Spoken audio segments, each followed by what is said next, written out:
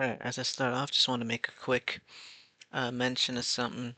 That being, I put out a community post that I'd much appreciate if y'all left a reply, considering we've only a few more days left until 4K is complete.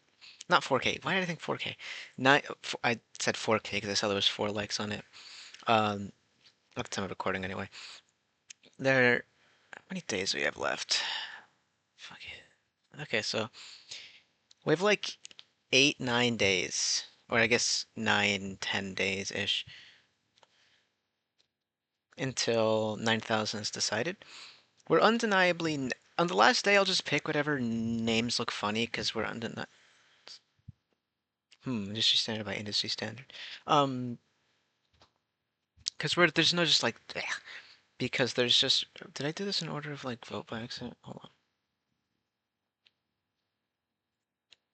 No. Okay, so it's like, I don't recognize these titles. Well, of course I don't, because I haven't, anyway.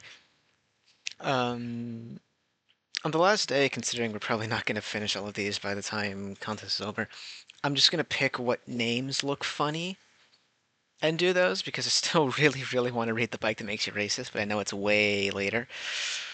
And given that we're probably not going to get there by the time the contest is over, I'm just going to have a final day where I just read whatever.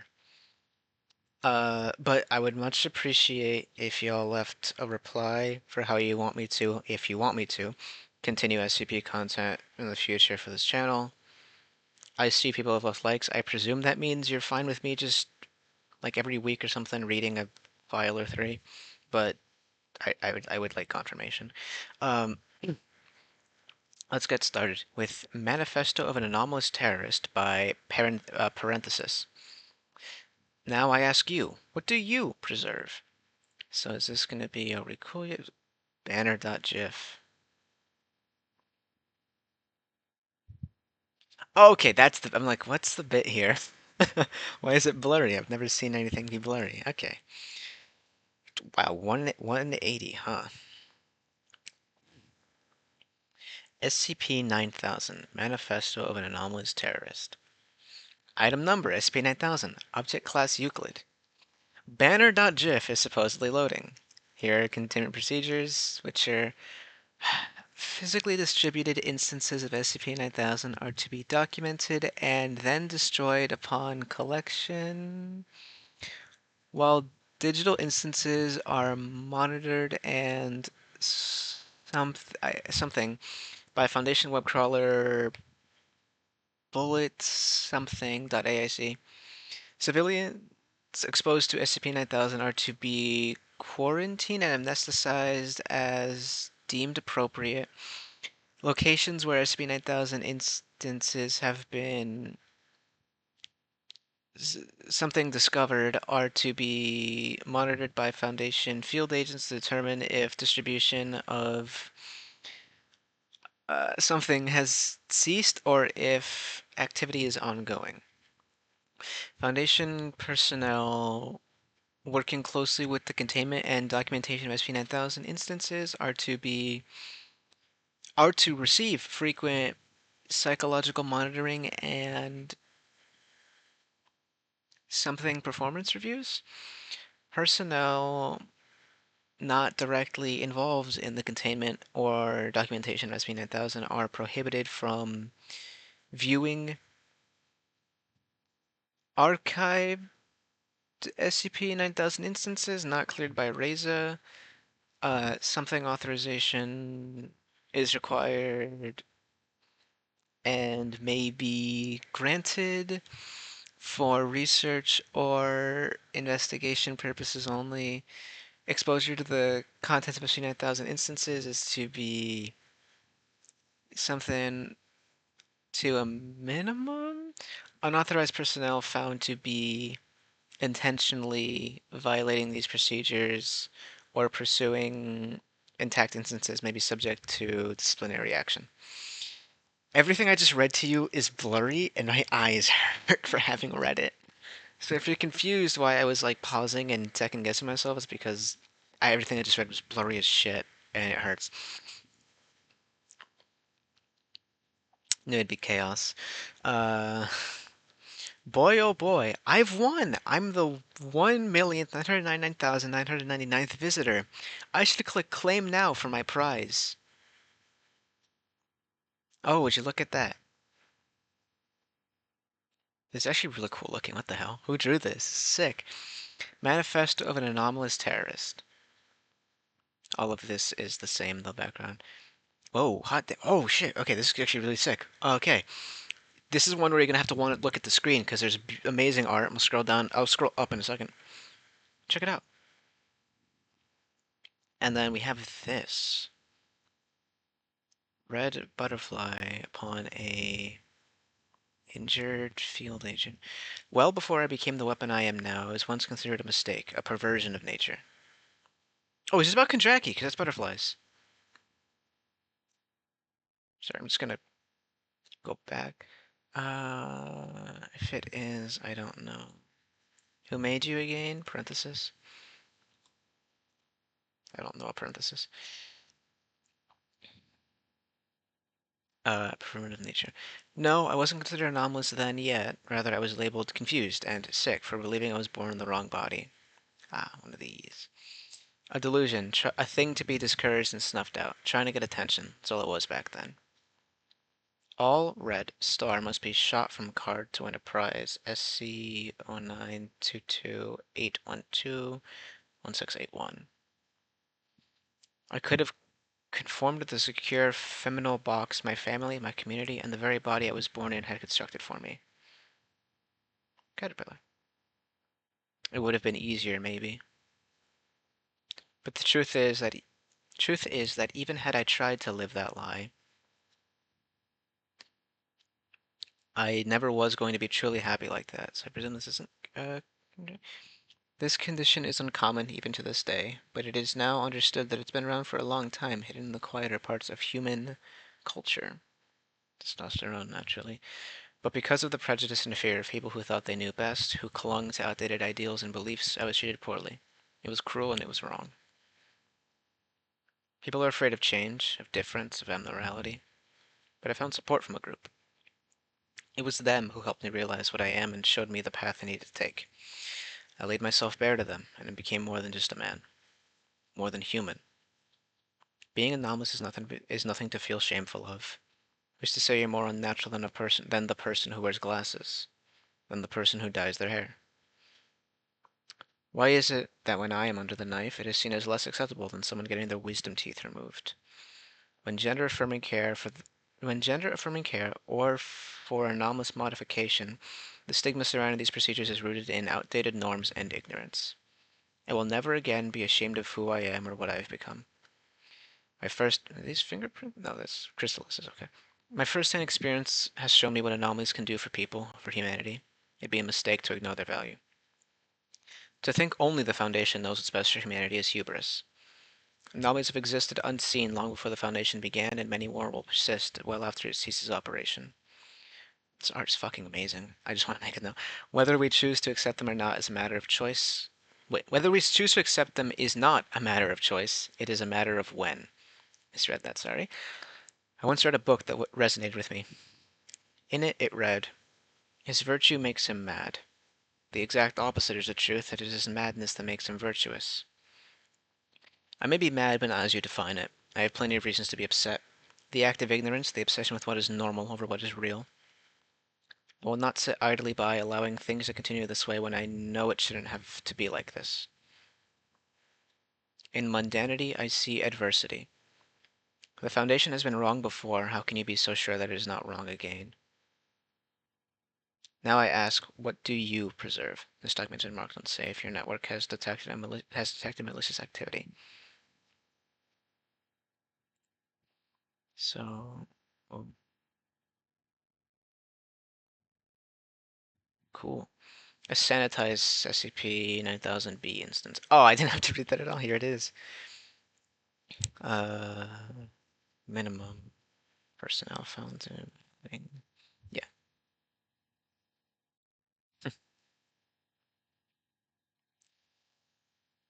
Description: SCP-9000 is a collection of various cognitohazardous visual media and an art distributed by a Group of Interest 3 or the Chaos Insurgency, instances manifesting in both physical and electronic forms of visual media. An art is anomalous art.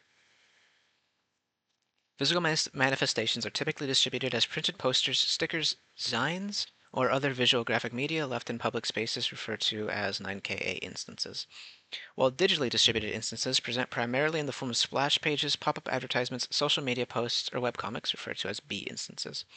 The content of 9000 instances are often varying in complexity, from a single graphic displaying an image to fully illustrated fictitious narratives meant to elicit emotions such as sympathy, confusion, distrust, fear, or frustration in targeted viewers. The narratives displayed in more complex instances frequently attempt to appeal to specific demographics that may feel marginalized or othered, and incorporate messages that align with the goals and ideologies commonly held by members and leadership of Group of Interest 003, Chaos. Especially complex instances, such as those including multiple art pieces or narrative elements, has been shown to be most effective, likely due to prolonged exposure to 9000 by subjects. It is to be noted that all narratives present in instances are purely fictitious and do not accurately reflect the experiences of those involved in Chaos Insurgency. Their narratives are favorably biased and consistently glorify the organization, depicting it as righteous and favorable. Dispersal is vast and wide-reaching, with all discovered instances having been distributed with the intent to fully reach Foundation personnel and their allies. Individuals deemed most susceptible to the mimetic effects of the anomaly include, but are not limited to, individuals whose personal beliefs do not fully align with Foundation ethics, individuals who have personal interest or connections to one or more anomalies, individuals dissatisfied with their position within the Foundation, individuals who feel disconnected or alienated from their peers within the Foundation, anomalous individuals working with and or within the Foundation. Upon exposure to SCP-9000, targeted subjects affected present varying degrees of marked change in attitudes, beliefs, and or behavior, ranging from mild cognitive dissonance to chronic paranoia and obsession with ideologies expressed in 9000 instances. Notable behavioral changes include self-isolation, decreased performance and work ethic, insubordination, and increased cynicism and apathy towards peers. Individuals who are more heavily manipulated by the effects of SCP-9000 may show overt animosity towards their peers, the Foundation, and the concept of normalcy as a whole. Subjects previously exposed to SCP-9000 have shown a compulsion to seek out instances to reinforce beliefs or find further information about the Chaos Insurgency. After initial contact has occurred, SCP-9000 instances are typically not targeted towards affected After initial contact has occurred, SCP-9000 instances are typically not targeted towards affected subjects intentionally. Okay. Further exposure and engagement is often initiated by subjects willfully, usually by revisiting locations where SCP-9000 instances have been previously discovered or where the subject had last encountered the instance personally. This compulsion fades after a period of time should the affected subject refrain from viewing new instances. The time frame varies depending on the severity of the effect, with those who have been less impacted taking as little as a week to lose interest in pursuing new instances, while others who are more greatly impacted may never fully recover without amnestic intervention. Addendum 9001. Interview log with subject post-exposure to 9000 instance discovered in Eugene, Oregon, USA. Subject has no prior personal experience with the anomalous and no connections to any known anomalies or groups of interest or persons of interest. Instance was in the form of a poster attached to a community bulletin board in dark pine coffee, the subject's place of employment. He was present when the instance was posted to the community board and had a brief exchange with the insurgency member placing the instance. Interview Jacob Dow's 42-year-old male civilian. Interviewer Field Agent Laura Simones. Date 020620 blank. Begin log. Begin transcript. Simones. Afternoon, Mr. Dowes. I won't be taking too much of your time here today. Just had a couple questions about a flyer located in your business. Dowes. You have to be more specific, ma'am. There's a lot of stuff on the community board. Simones. The ominous poster with the unusual symbols on it. Can you tell me what it means to you? Dowes. Oh, the D&D group? I figured something was up with them. Those guys are always a bit weird, but I never thought they were the types to cause any trouble. Simones. We're not talking about that poster, Mr. Dowes. I need to know what you know about this flyer here. Agent Simone slides a copy of the SCP-9000 instance towards Dowes. It has been sanitized and cleared of any anomalous influence. Dowes. Well, shucks, I mean, half the page is blacked out. I'm not sure anything could be read from this other than someone want to use up all their printer ink. Simone's. But do you recognize it? Dowes. Vaguely. Didn't really think there's anything significant about it. It just sort of looked like an art project, or one of those guerrilla marketing things, I guess. Simone's. you hear anything about the person who put this flyer up? Any specific details or identifying features you can recall? Dallas, not really. Not anyone I've seen, or not anyone I've seen here before, at least. Just some kid who came in and asked to hang it up. Just like they were gonna rob the place, maybe cause trouble, but no, just wanted to hang the flyer. Didn't even order anything, just posted and left quickly as they came. Simone's, well, I suppose that's that then. That's all I need for you today. Have a good one. End log. Closing statement. Nothing seems off here. Mr. Dowes appears genuinely unaware of the nature of this poster. Still, it wouldn't be a bad idea to keep an eye on this place till where certain CI activities ceased. Agent Simone's. Jacob Dow was amnesticized and released after questioning. Security footage revealed an individual placing the post on the community board during regular operating hours 1 day prior to its discovery. However, attempts at identifying or locating the individual involved in the instance's placement have proven unsuccessful. As of April 16th, because it's month to year, 20 blank, no further instances have been found at this location. Follow-up visits have confirmed the cessation of SCP-9000 instances appearing and the absence of any other evidence of possible insurgency activity within the area. Addendum 2. Interview log with subject post-exposure to SCP-9000 instance discovered in Seattle, Washington, USA. Subject has been identified as Agent Devin Miles, security officer of Site Blank, who was off duty at the time of discovery. Instance was found as a sticker pasted to the toilet paper dispenser of a restroom located in Blank, a bar. It is to be noted that Agent Miles did not report the anomaly until approximately 13 hours after initial exposure, as he had allegedly assumed the instance was not significant enough to warrant immediate response or investigation. Interviewed, Agent Devin Miles, 28-year-old male security officer of Site Blank. Interviewer, Field Agent Laura Simones. Date, June 14th, 2020 blank. Or not 2020, 20 blank. Begin log and begin transcript. Simones. Hey Devin, sounds like a pretty wild night, huh? Start with the basics. What can you tell me the anomaly you came across? Miles. It was a sticker, some sort of fan art, I guess. Wasn't even that big. Couldn't have been any larger than like 2 inches. Agent Miles gestures the approximate size with his fingers for emphasis. Honestly, I didn't even notice it at first. Blink and you miss it kind of thing, you know? Simones. You didn't report the incident until the next day. Can you tell me more about why you chose to wait rather than follow protocol and report it right away? Miles. Well, I was drunk. Didn't really seem like that big of a deal since it was just a sticker, but I'll admit I wasn't really using my best judgment or thinking about work. Can't blame a guy for not wanting to think about day-to-day work weirdness 24/7. Simones. You know that was a breach of protocol. It's very neglectful, choosing not to report your exposure immediately and leaving the insurgent material out in the public like that. Agent Miles responds in a sarcastic tone. Honest mistake. Won't happen again. Simones. I can't say I'm assured about your statement. Miles. You're twisting this into something it's not. Report it as soon as I determine it worth reporting. Tons of graffiti and other random shit in the bathroom. You'd think I'm just sitting there studying each one for anomalous activity while I'm puking my guts out? Nothing veil breaking going on unless someone comes along and makes a big deal out of it. Didn't feel particularly compelled to make a big deal out of it. Besides, probably wouldn't have gotten much good testimony out of me as anyway at the time. Simone's. No one's asking you to study bar bathrooms, but you didn't have to study the whole bathroom wall to determine what you saw was a problem. Miles. I wanted to take time to assess the situation and I reported it as soon as I realized it was a legitimate anomalous activity, alright? I just didn't want to waste any time or resources on some stupid edgy sticker. Simone's. Earlier you said you weren't really thinking about it, but now you're saying you were taking your time to assess the anomaly? Miles. That's not what I'm saying.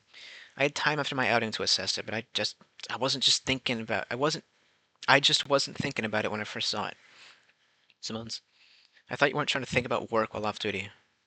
Miles. I thought you weren't trying to think about work while off duty, Miles. I would assume it'd have been much easier to hand the case off to appropriate parties than take your precious time off to mull over what you saw by yourself, no? Miles does not respond.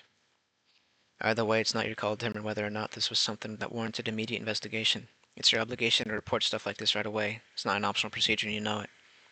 Miles, don't act like you never made a call on your own, and honestly, it was my day off. I'm not obligated to do jack shit while I'm off duty.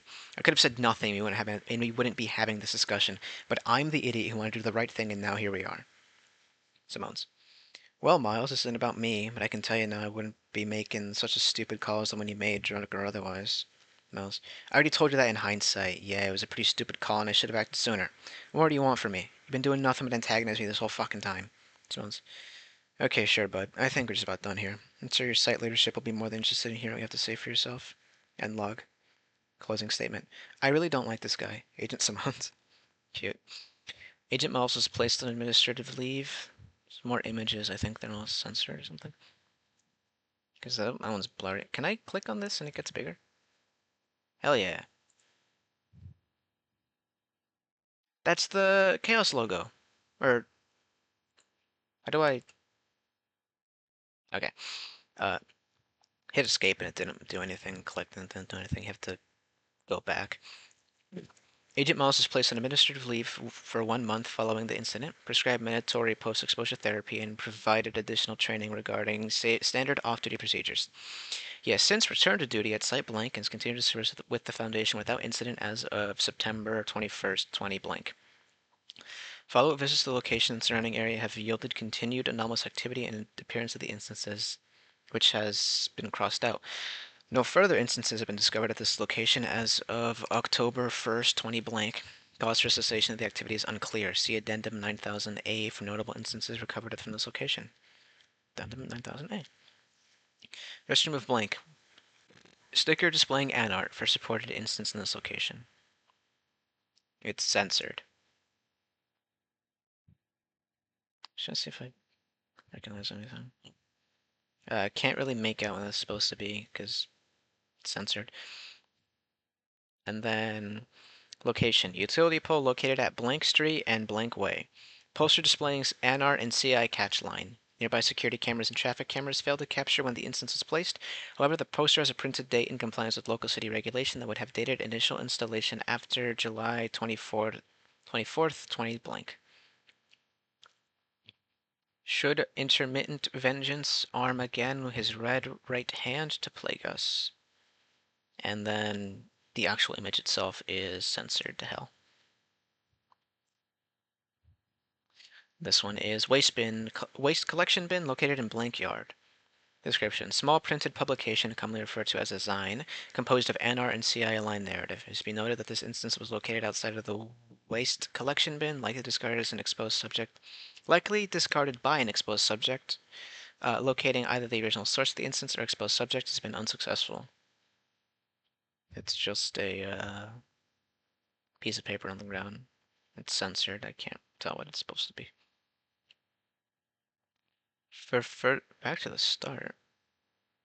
For further examples of physically and/or digitally distributed instances of 9000, complete and submit Form 074T documentation and media release request to RISA archivist Larissa Morris.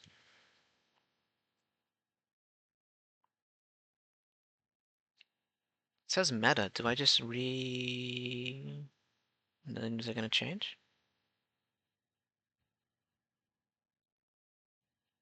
Maybe nope, that's the same words.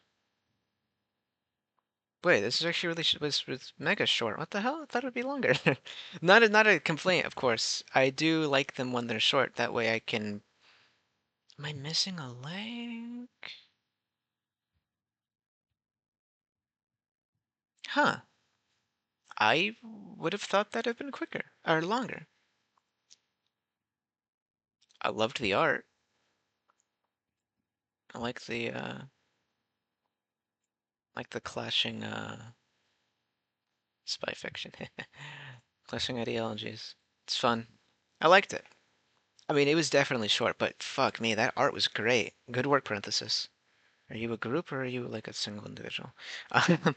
Sometimes I can't tell. People have weird ass names on here. I guess I'm no exception. Cheese underscore stick one. I like my name though. Anyway, wonder how many we'll be able to do. Reverse Panopticon by Dr. Condra. No description or whatever they're called. Another short one? Nope. Okay. Maybe. Who knows? I like how it's like become a thing where a lot of authors are having the background be black now, so my eyes don't fucking burn whenever I read these. Item number SCP-9000, level 3 confidential. Containment class Euclid. Disruption class Kennic. Risk class Caution. Special containment procedures. Due to my back, SCP-9000's remote location. Sorry, I cracked my back. That fucking stung. Monitoring the surrounding area for trespassers and maintaining a standard controlled entry perimeter is sufficient on-site containment. Satellite and aerial imagery depicting SCP-9000 with enough detail to confirm its size or to be expunged from public sources, with any and all public records indicating that it is a Soviet-era storage silo of unremarkable scale. Only D-Class personnel with no prior contact with other SCPs or access to any sensitive information may be assigned observation platform duty within SCP-9000. Under no circumstances should personnel not meeting these criteria enter SCP-9000, and no activity other than observation should be undertaken while in SCP-9000. No electronic recording or storage equipment is permitted within SCP-9000. All items brought into SCP-9000 must be directly approved by the head researcher, and D-Class must be checked for contraband before each shift to ensure compliance. This can be Gru Division P stuff? Standard equipment for observation duty includes pen and journal, mechanical timepiece, mechanical depth gauge, bottled water, field rations, emergency kit, and a portable latrine. Oh, fuck, a portable latrine. How vile. All other items are at the discretion of the head researcher. At least one D-Class personnel, preferably up to 3 when resources permit, are to staff SCP-9000's observation platform during each rotation cycle. If 3 or more consecutive rotation cycles are missed, an on-site containment breach should be considered to be in progress. In this instance, SCP-9000 should be sealed, its ladder retracted, and its singular point of egress defended by an aerial assault squad who are to maintain minimal distance of 10 meters from the top of the structure. The structure itself is to be flooded with fatal concentrations of carbon monoxide. The carbon monoxide should not be pumped out until appropriate D-Class personnel are on standby, with the testing resumed as quickly as possible. Update May 3rd. I had to look ahead, see how we're doing dates. A petition by former head researcher Vogel to keep SCP-9000 permanently flooded with fatal concentrations of carbon monoxide and discontinue active research has been officially denied by 05 of a vote 9-3. That means one person abstained. As this neutralizes SCP-9000-A instances, the full capabilities of SCP-9000 itself are not yet sufficiently understood to justify passive containment procedures. Update May 9th. As of Incident 9108, the number of incidents, preference for D-Class is to be given to individuals with below average intelligence, reasoning, insightfulness, and visual acuity. Even when such traits may detract from the quality of test results. D-Class personnel are to be instructed to refrain from looking down in order to avoid vertigo. Description: SCP-9000 is a concrete silo approximately 75 meters in diameter with 225 meters in height, located approximately 70 kilometers northeast of Blank, Siberia. Though it came under Foundation control after the fall of the Soviet Union, it is not known if it was originally created by the Soviets, as all pertinent GRU Division P records were destroyed prior to their dissolution. Though its brutalist style is consistent with mid-20th century Soviet architecture, dating methods to confirm its age have all proven inconclusive, and there is otherwise nothing about SCP-9000 itself to suggest its Soviet origin. It is possible that the exterior of SCP-9000 was constructed around a much older structure. There is no ground-level access to SCP-9000, as SCP-9000 does not possess a ground level. An exterior ladder must be climbed to reach the only edge at the top of the structure. The interior perimeter of SCP-9000 is ringed by 99 levels of 90... Fucking hell, this is gonna be weird. Interior perimeter of SCP-9000 is ringed by 99 levels of 99 2-meter-wide containment cells, nearly all of which are sealed by 5-centimeter thick sheet of one-way glass. When the lights inside of these cells are off, occupants are not visible to outside observers. Note that SCP-9000 does not possess any source of electricity or electrical wiring, and each of the cage light fixtures within SCP-9000 contains anomalously piezoluminescent salt crystals. Light emission is stimulated by continuous gentle vibration throughout SCP-9000 and terminated by detaching the fixtures from the walls. The overall design of SCP-9000 is highly suggestive of Panopticon-style prison, and the prevailing hypothesis is that this was its original purpose.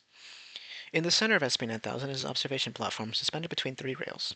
The observation platform will ascend and descend these rails at a rate of 1 meter per minute, remaining stationary for 2 separate 15-minute periods, causing a full cycle to take 8 hours.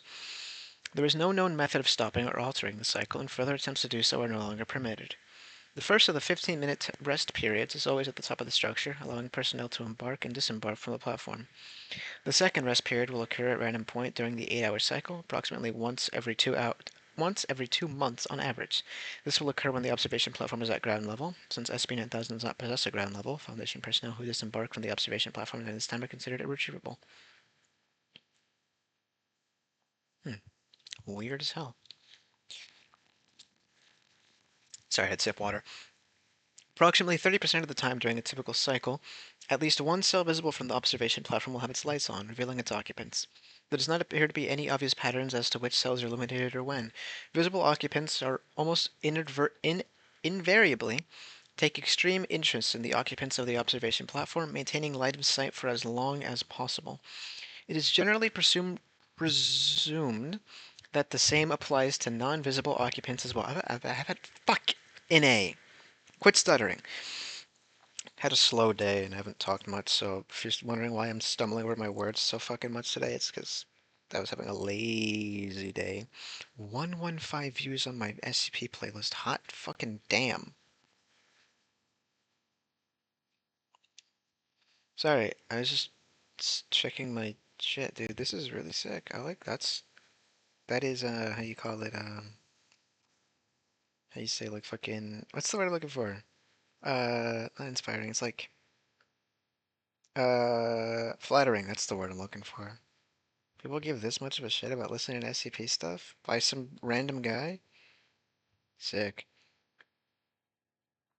Anyway, occupants of SCP-9000, henceforth SCP-9000-A, are generally humanoid, though typically gaunt, pallid, and hairless with noticeably elongated nails and teeth. Instances of SCP-9000-A universally possess a singular cyclopean orifice in the center of their foreheads of unclear purpose and origin. Clothing is generally simple, dark linens of pre-modern but otherwise uncertain make. Majority of the time, SCP-9000-A are content to simply watch the observer, but they frequently also make threatening or lewd gestures, bang at the glass to get attention, etc. Occasionally, they will even hold up signs or write messages on the glass for observers to read. Messages are typically succinct and cryptic. Observers are instructed to record but otherwise ignore them. Written messages are always in the observer's native language, and to date, all tests with illiterate D-class subjects have not produced any written messages. The current, unconfirmed hypothesis is that some form of quantum observer effect allows 9000-A to gain access to information regarding the entity observing them, and that the one-way glass doors were put in place to mitigate this effect. The seemingly random activation of cell lights within SCP-9000 is presumed to be an unintended development. If an instance of SCP-9000 in an illuminated cell is not viewed by a human observer within a rotation cycle, it will remain illuminated for the next cycle. The total number of new illuminated cells will increase by the square of the previous number of illuminated cells. This compounds quickly, and it appears that the strength of the hypothetical observer effect increases non-linearly. When this effect reaches a critical threshold, capable of occurring in as little as 3 unobserved cycles with optimal starting conditions, all cells within 9K will open, and all instances of 9Ka will attempt to breach containment. Raising CO2... You said carbon monoxide, right?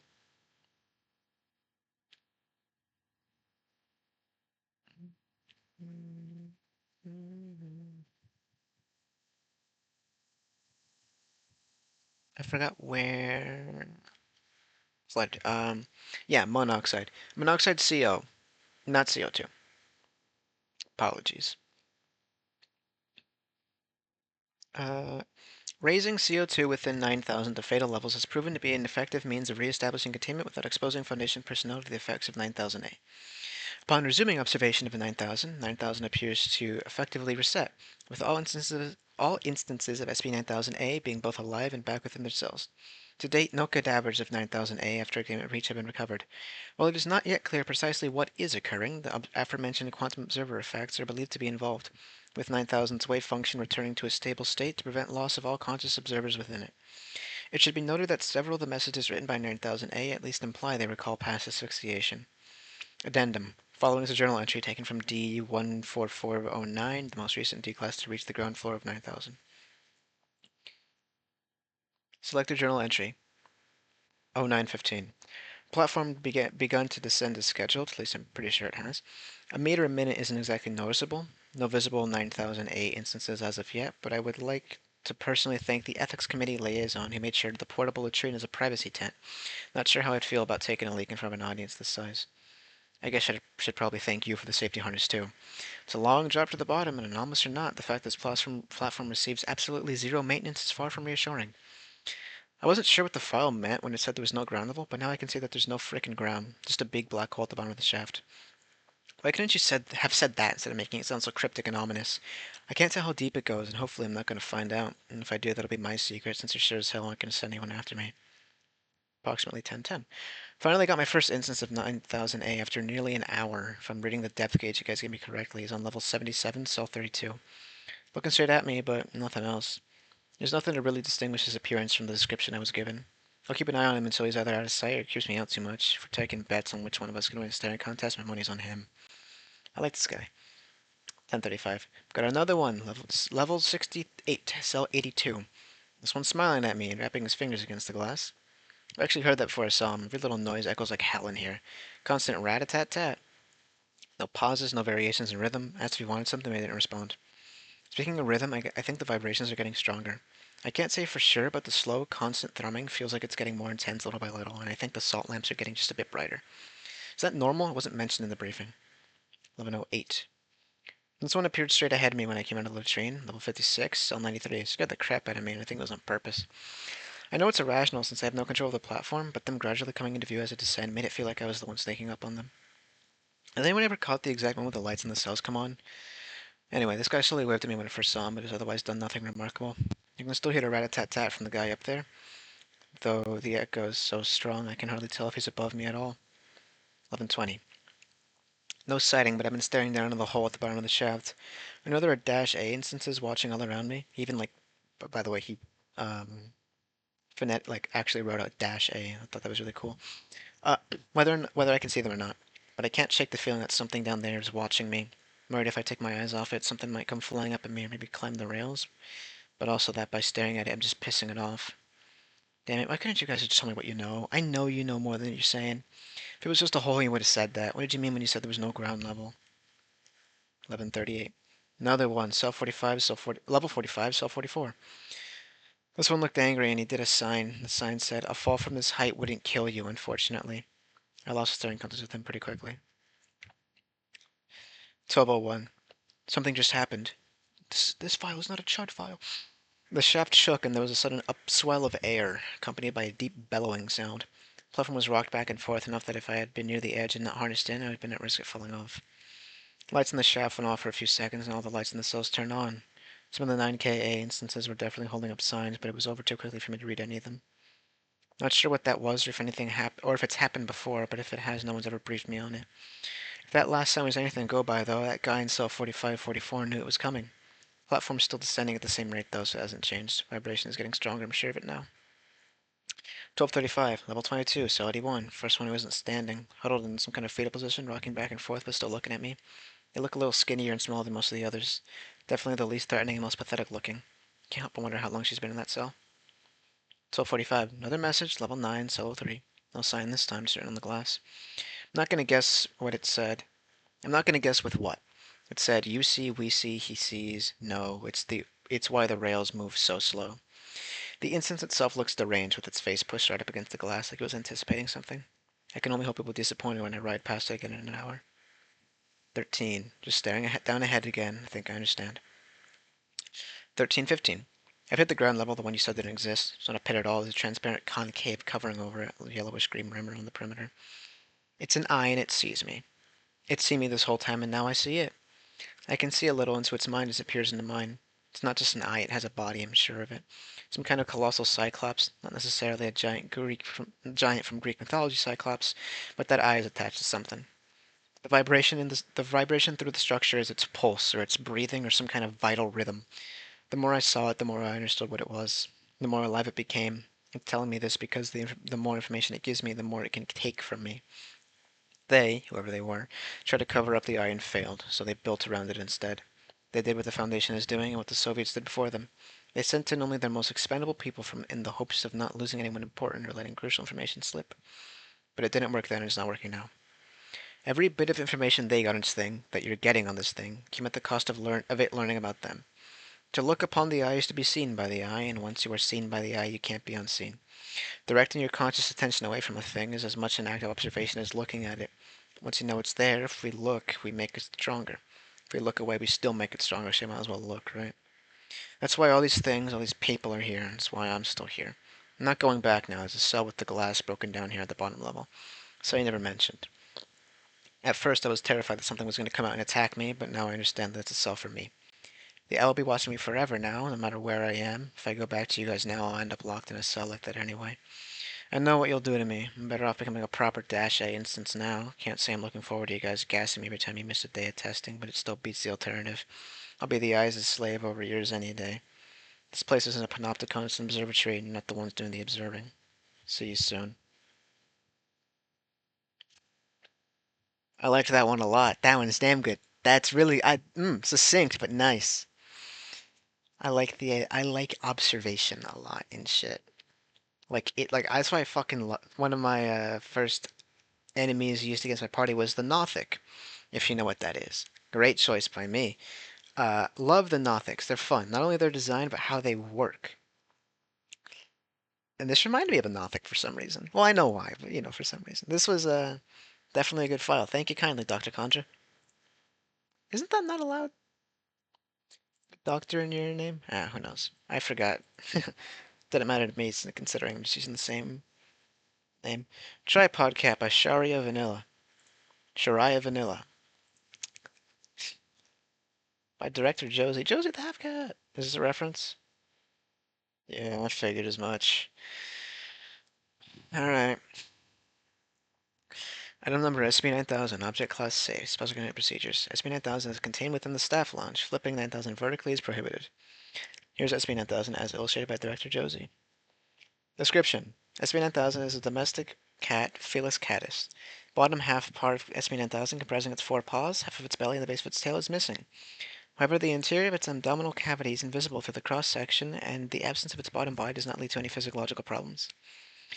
SCP-9000 can walk on its two ears and tail flip, which function as its forepaws and hind paw. The structure of SCP-9000 is absolutely stable. Distance between the head and the eyes of its tail and the back end of its belly is always precisely 7.22 centimeters. Appendix 9K01. Appendix 9K.1. On September 16, 2025, Director Josie unintentionally traversed the gap of 9000 and tripped it over. This immobilized 90K prevented it from getting food for about 3 hours until it was rescued by Dr. Mozzarella. Director Josie was soon punished with a 1-week ban on cheese consumption. Josie the Half Cat. Our fun fact: first ever uh logo. That's the word. Yeah, I don't care for this one much at all. So what? This is only pattern because a half cat, tripod cat, so it's like there's like I don't care about this one fucking at all. Question is, do I leave it a downvote? On one hand, I gave a downvote to shyness, so I'd feel bad if I didn't for this one. On the other hand, it's so nothing that it doesn't even make me mad. It's just like fucking whatever, and I don't care about it. You're saved from a downvote by sheer virtue of I don't care about you. Regardless, thank you kindly, Shariah Vanilla, I suppose. I guess we're doing 4 again. Hell, maybe 5. We'll see. The Fall of Icarus by Ralliston. The old thing amidst the stars, the restless pilgrim, have its bones yet given way to rust?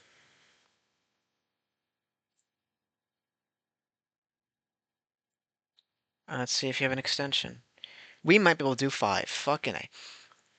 By order of the Overseer Council, information within this document is currently under review by Overwatch Command, so as to ensure it follows proper security clearance protocols. Unauthorized access is forbidden. 9000. Item number SCP-9000, Level 5 Top Secret, Containment Class Esoteric, Secondary Class Tiamat, Disruption Class Amida, Risk Class Critical. Special Containment Procedures.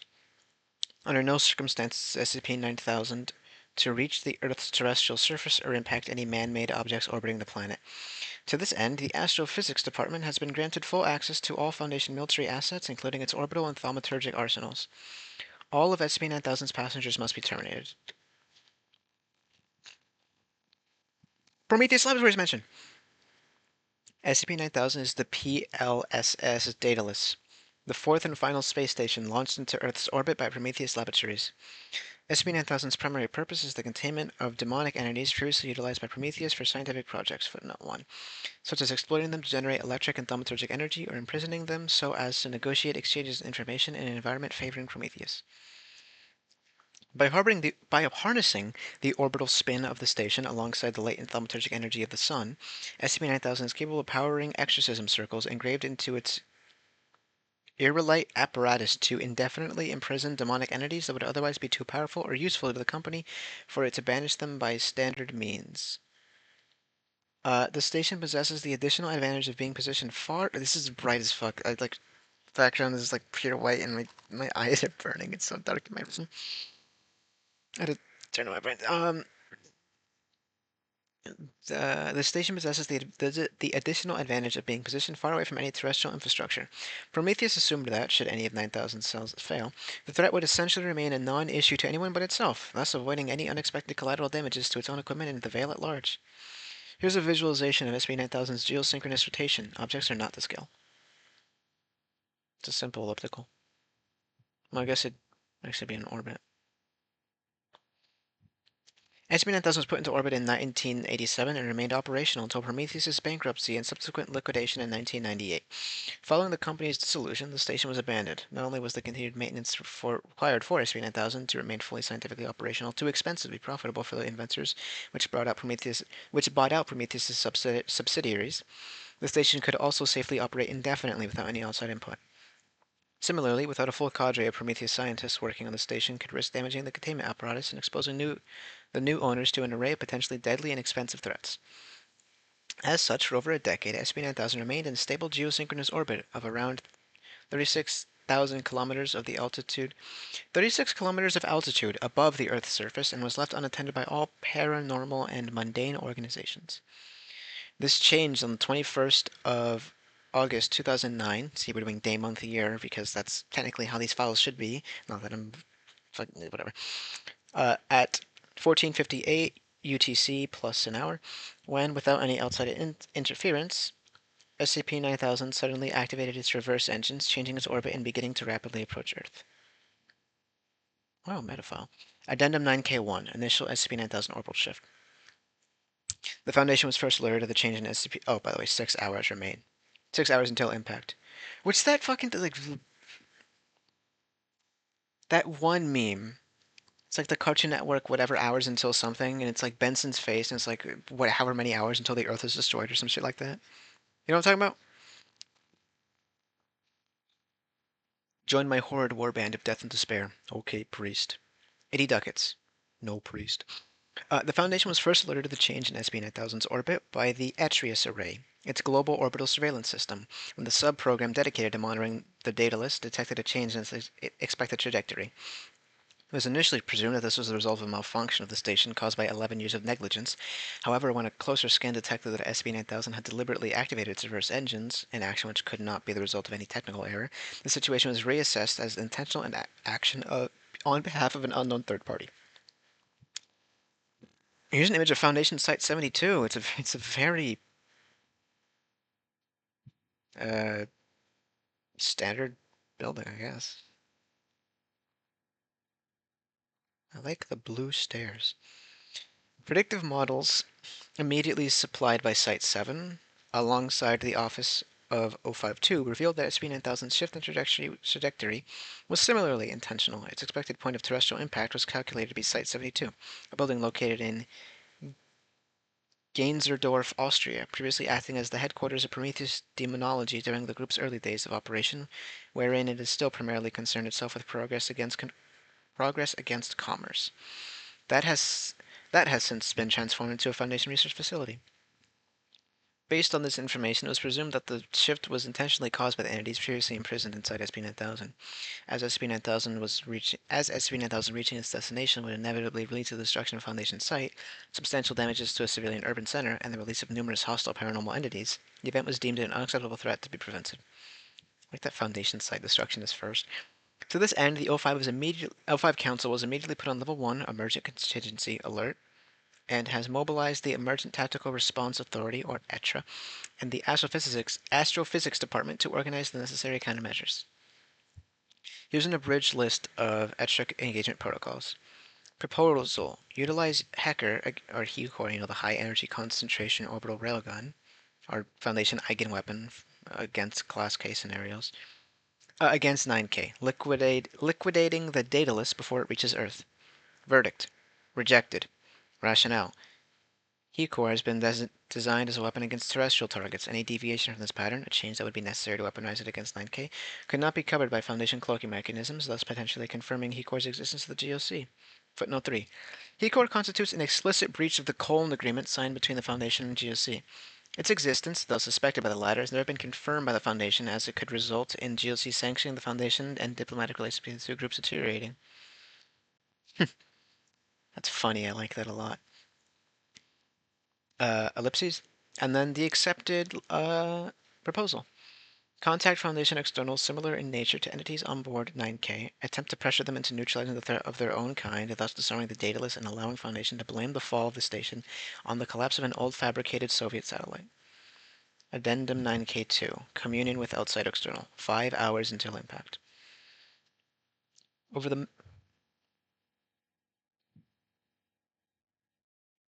Did I say it was called Fall of Icarus? I feel like I didn't call this Fall of Icarus.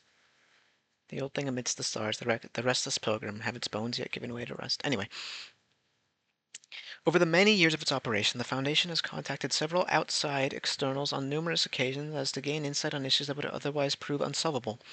This practice, though generally discouraged, has been performed on rare occasions under strict oversight, thus preventing any damages done to the Foundation. What is this? Yeah, who knows? It was decided the Foundation will contact an outside entity classified as OE0553, or the Severed Voice, a being possessing sufficiently enough power that it was presumed it would hold dominion over the passengers of 9000 and thus could force them into submission. Below attaches the transcript of the performed procedure. Begin log. The knife in 055's hand falls. The voice of the last offering falls silent as it gives way to its wounds. Its blood falls to the floor, first slowly, drop by drop, until it flows like a stream, and soon fills a depression molded in the concrete. 5 closes her eyes, extends her arms, and whispers whispers an inaudible phrase, touching her lips with ashen fingers. A breeze runs through the room, turning off all lights, and the blood begins to move. It reaches the borders of its container, and it flows, trembling as if wounded. It flows upwards and turns into a ball of liquid that leaks up and down, bleeding, until the liquid forms a featureless shape of a human female wearing a wide hat. Shifting and disproportionate, the figure settles, the blood never stopping, trembling and boiling, and it skews its head, looking with its eyeless head at 5. Sudden silence falls upon the room, broken only by the slow, calm breathing of 5 and eventually by the feminine voice of the entity. Severed voice. Blank. Redacted per O5 Council Identity Protection Protocol. 5 shudders, blinking rapidly but does not react to the name. Here's an image of 055 circa 1938. Anyway, the entity skews its head again as if unsatisfied and morphs again, this time into a taller masculine figure, wide in the shoulders, nevertheless dysmorphic. Entity speaks with a heavy, gruff tone. Severed voice. Overseer 5. 5 again does not react. The entity shifts for the last time, now into a fully featureless figure, bearing only the most general outline of human being. Its voice is now quiet, hollow. Severed voice. Sorceress. 5 turns to face it. What the hell is happening?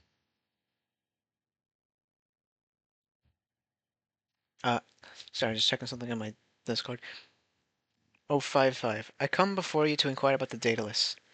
Entity looks up, then down, skews its head again. Severed voice. That old thing amongst the stars, the restless pilgrim, have its bones yet given way to rust? The quote. 055. We believe so. The severed voice. My eyes do not reach into its black veins and silver heart. 5 picks up a small vial containing an opaque liquid. She looks at it briefly, and for a split second, the liquid's color shifts to that of her eyes. 055. Then see. She throws it through the ground and smashes it with her boot, the liquid flowing to join the blood below it. Severed voice. Ah, its soul runs rich with entropy. The box is opened. 055. We believe it's the doing of your own kin. Entity looks up once more, its empty sockets moving as if following a movement. Severed voice. Their blood is not mine. 055. Are you certain? The entity looks back at 5. I feel not their fingers inside my wound. They are foreign ilk. 055. Can you force them to lie down? The entity considers. Severed voice. No. They are of another master, but this is not his doing. They are of another purpose. 055. Then whose is it? The entity stands motionless, staring at 5. She sighs, she closes her eyes, and unpockets a locket. She looks at its contents, invisible to the cameras, exhales, and throws it to the pot of the blood. Severed voice. Hatred blinds their eyes. You will not find parley with them. It pauses. Long have they waited for their chains to prove weak. Their captors were brilliant, but even fools may shine bright They think their time is grand in the scheme of the cosmos, but they have forgotten that men far mightier have taken up sword against the inevitable. They have forgotten that also comes to rot, however white the marble. 055, can you tell us why? The entity considers. Considered voice, not without a price. At once 055's knife falls once more, cutting the throat of the second offering. Its blood flows and joins the rest, nourishing the figure, making it taller. The entity inhales a wave of boiling blood, flows through. The entity inhales as a wave of boiling blood flows through its structure, then opens its mouth. Severed voice, redacted. Rest of the file is restricted 05 council clearance, send log. As the communion with the external entity resulted in no substantial help to the Foundation, the search for further solutions has once again commenced at full focus. Proposal. Via the utilization of thaumaturgy, teleport SCP-9000 from the Earth's orbit into a sufficiently remote terrestrial location, such as one of the oceans or near one of the Foundation's facilities located in the Antarctic, so as to minimize the collateral damage caused by its impact and allow the Foundation to deal with its fallout in a controlled manner outside of civilian attention. Rejected. Rationale. Teleportation of any moving objects, particularly of objects as quick as SCP-9000, requires accurate calculations and inputs so as to their speed, mass, composition, and precise location at the exact time of casting. The Foundation does not possess enough information about 9000 to be able to properly perform the ritual, or pure thaumaturgic muscle to be able to circumvent those requirements. Additionally, a failed rite could result in teleportation of unintended objects or beings into the ritual site and well beyond it, as well as the release of dangerous, unrestrained backlash of the spell. Ugh. Via the utilization of thaumaturgy, it's probably going to be the last one considering slow. It's dense, which is good. So I need more water.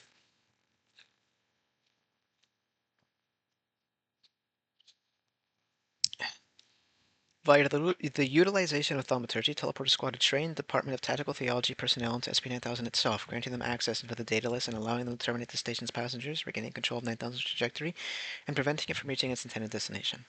Accepted. See below. Addendum 3. Direct contact with 9K. 4 hours until impact. Appropriately combat experienced personnel trained at the Department of Tactical Theology, the members of Mobile Task Force Eta 7, the Ultra Boys, codenamed Joan, Sophia, Benedict, and Lazarus, cute names, during their training were immediately mobilized and first teleported into Site-01. There, they met with the Department of Astrophysics members on the Joint ETRA Overwatch board and were briefed on the nature of the situation, prepared for boarding the data list. Below is an attached log of their engagement. Begin log. MTF-87 is standing in a thaumaturgic circle engraved on the floor of Site-01. Each of the four is checking their suits, then their helmets. Joan corrects her sheath, tying it closer to her armor. Sophia signs from the inside of her helmet, filled with holy water, that her breathing systems are properly in place. Hell yeah. Benedict corrects. That's actually fucking badass. What the hell? Wearing a helmet filled with holy water and also a respirator so you can breathe is fucking awesome. What the hell? Benedict corrects his grip on the Gatling gun. The chains of rosary bead munitions clinging against his. All of this is fucking awesome. Clinging against his chest plate, and Lazarus simply crosses his arms, the thick wooden blades nailed to the back of his palms hitting against each other. Oh, I fucking love this so much already. Holy shit. Oh my god. All of this is so cool, and I'm gonna steal a good chunk of it for my own shit at some point. I'm. Apologies. Uh. Ralliston? Or Constra. Constraliston? I'm. This is fucking awesome, and I love it. Joan. All's a set. Joan towards the team. Around 12 entities are expected, 10 more probable, all high class, high intelligence, volatile, and violent, shoot on sight. Benedict grins through his helmet. Sophia points to a holographic map on display before the team.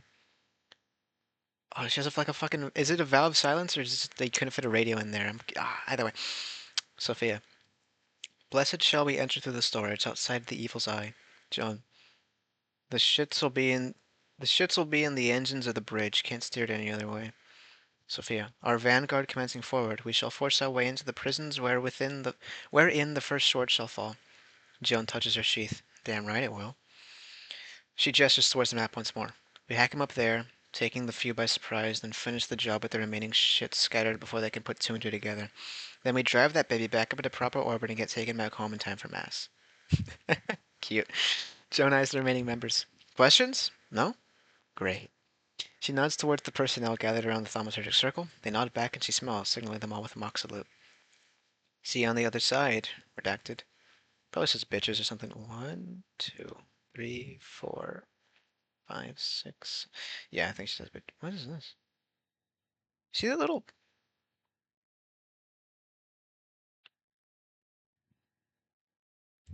There's a fucking ghost here. Something was flickering right there. Oh, the circle starts to light up and the team begins to flicker. Something right there was like popping in and out. Joan, here's to praying anyhow. In a sudden flash of light, the team disappears. When the feed connects again, they're standing in the loading docks of 9K, all four gathered back to back, eyeing each of the entries and exits to the room. It is an empty bar, but it is empty. Bar the team members. Sorry, it's not a bar. Joan signs for them to commence. Slowly and quietly, the team marches forward, each tightening the grip on their weapons. The dataless infrastructure remains intact, which Lathers is quick to point out. Sorry, mouth feeling weird. The corridors remain in perfect shape, the exact same as was depicted in the initial engineering plans intercepted by the Foundation. No damaged circuitry which would be consistent with demonic possessions of modern technology is visible. There are no damages to the hull, floors, ceilings. The lights are turned steadily on, and a quiet, stable buzzing can be heard throughout the station. Benedict eyes the team, but instead of saying anything, he points towards the nearest junction. The crossing consists of 4 corridors, one through which the team has just walked, one leading towards the central control bridge of 9000, one towards the engines and technical infrastructure, and one towards the laboratories and holding cells. The team looks at Joan. She nods, and they begin their walk again. As they approach, the laboratories are revealed to be in similarly good condition. Despite this, they show clear signs of use. On the chalkboards, graphs and formulas can be seen written. The languages in the graph signage is indiscernible from the distance, presumed to be blank, blank, German and French. Oh, sorry, that's one continuous blank, German and French. The tables and apparatus are similarly moved to the positions that would be expected when in use. In the distance, there is an unidentified liquid boiling inside an equally unidentified alchemical apparatus. On a wall behind it, a runic circle with clear pointers written in languages from before can be seen. Lazarus eyes Jones and begins to sign. What class again? Joan considers, eyeing the groups rapidly. 4. Fuck, they were meant to be a 4. God damn it. Sophia looks at Jones sharply at the last sentence. Joan just rolls her eyes and taps the communications device on her forearm. Joan to blank, we've got 5s on our hands, pending 6 classification, clearly above average intelligence, bearing occult talents. Lazarus, how did Prometheus even manage to summon them? That's, what, Overlord class at least? No, they could have handled 1, let alone more than 10. Benedict, how did they manage to contain them? Joan, well, they clearly didn't. Well, they very clearly fucking didn't, so here we are. Sophia, a fair point is raised. The flame bearers ought not to have had the might. The flame bearers ought not to have had the might to bring them into this land alone. Command, copied. Joan, are you requesting extraction? Joan, hold that thought. She looks at the rest and raises her eyebrow, and the rest all shake their heads. Negative, blank. We can handle them. I like that she I like that she questioned her squad. That's cute. There's a lot of redactions which I'm not very fond of, but fine, right? Can you guys tell I'm really fucking happy with this file? uh, she turns off the device and unsheaths her sword. The silver Zweihander shines in her hands as she grips it firmly, then starts to walk towards the containment cells. Joan, come on. The team quickly follows, and as the containment cells come into view, they are shown to be without any signs of struggle. The doors to each unit are open neatly, and none of the exorcism circles engraved inside the cells are damaged or interrupted. The lights all around them are also as stable as the rest of the structure. Oh, God, that's heartburn. I might puke tonight. Ugh. Joan, shit. Sophia, stable egress. Joan, yeah, fucking noticed. Joan turns back and starts to rapidly walk towards the connector corridor. Sword begins to shine slightly, the aura only barely visible against the bright inside of SCP-9000. She nevertheless puts it into combat position. The rest of the team quickly follow. Hard to swing a Zwei in a corridor. Suddenly, when the team is around 5 meters away from the corridor, a tall figure marches into it from the bridge section. It is humanoid, but it is flickering, presumably due to its spectral nature. Its height and proportions off balance compared to a baseline human physique. It has elongated limbs and sharp, pointy ears, consistent with the appearance of blank, blank, blank. Its movements are erratic, unsteady, and as it moves closer to the team, the figure can be identified as one blank, blank. Period. Blank suddenly stops as blank notices the team, and before blank can vocalize, Benedict pulls the trigger. and his gun fires 40 consecutive rounds in 2 seconds. Each of the beads hits the target, which does not immediately dissipate as would be standard for a demonic entity. Instead, the blank apparition falls to the ground, grabbing blank stomach. The bead stuck in blank carcass. Before blank dissipates, however, blank looks at the gathered with fury in their eyes and opens their mouth. Jones' sword falls, cutting blank's head off. Silences blank before they could say anything. That's a struggle to read, but basically they walk into a corridor, get blasted with 40 rosary beads that have been consecrated, starts bleeding to death, and gets decapitated by Joan of fucking Arc. Joan turns to her left towards the corridor leading to the bridge and widens her eyes. Incoming, and she screamed that, no longer signing. Around 10 entities, well, obviously he's shot. Around 10 entities, only some of which bear the characteristics of the just eliminated blank, suddenly rush into the room, alarmed by the sounds from before. They all bear varied clothing, ranging from robes to uniforms. Only some of them are blank. The others are clearly blank or blank. Each of the entities is visibly angry. Before the farthest of the entities, identified as a blank blank blank blank, can throw the bright needle of light suddenly can throw the bright needle of light suddenly appearing in their hand towards the team. Lazarus rushes into the group, his wood-covered arms covering his head. The segments of the cross cut right through the entities, injuring them and spilling a liquid similar to ectoplasm on the floor. Only one of the figures, the one standing in front, identified as the blank blank blank blank blank blank, recovers before the next attack falls, unsheathing a knife. Is that spelled? I don't know why that feels wrongly spelled. From their back, they swing at Lazarus, but the action is interrupted by Sophia, her eyes fully white and her body levitating. She moves her fingers and the blank falls back, their weapon breaking and their body hitting a few of the remaining entities. Oh, so a living saint then. Interesting. Or something to that effect, anyway. Joan pulls her sword in front of her, and as the symbol of the cross flashes from the weapon's shape, but it does not in front of her, and as the symbol of the cross flashes from the weapon's shape, but it does not stagger into the entities. Though she is confused, she nevertheless lunges forward, joining Lazarus on the front. The other entities begin to struggle against the two as their weapons fall back, and back again. Each of the hostile attacks breaking on their white-plated armor. Sophia continues her chanting as Benedict continues firing into the group. Oh, so she can speak then? Oh, wait, no. She's chanting via sign language. That's fucking awesome. As Benedict continues firing into the group, suddenly one of the blank moves their hand in a gesture reminiscent of baseline thaumaturgy, and one of the beads is redirected. Before Benedict can react, the bullet pierces Sophia's helmet, and the holy water leaks from inside as she is left gasping for air. Oh, she breathes holy water. In a moment of hesitation, Benedict stops firing as he runs towards Sophia, but it is already too late. Her lips have stopped moving, and she has gone pale. Oh no, she was speaking. He realizes this and tries to bring his weapon back up again, but is stopped by the falling arm of one of the entities, identified as one blank blank blank dash blank. Long something, limbs and hands with thaumaturgy piercing first his armor, then his chest. Before Benedict goes down, however, he fires one final salve.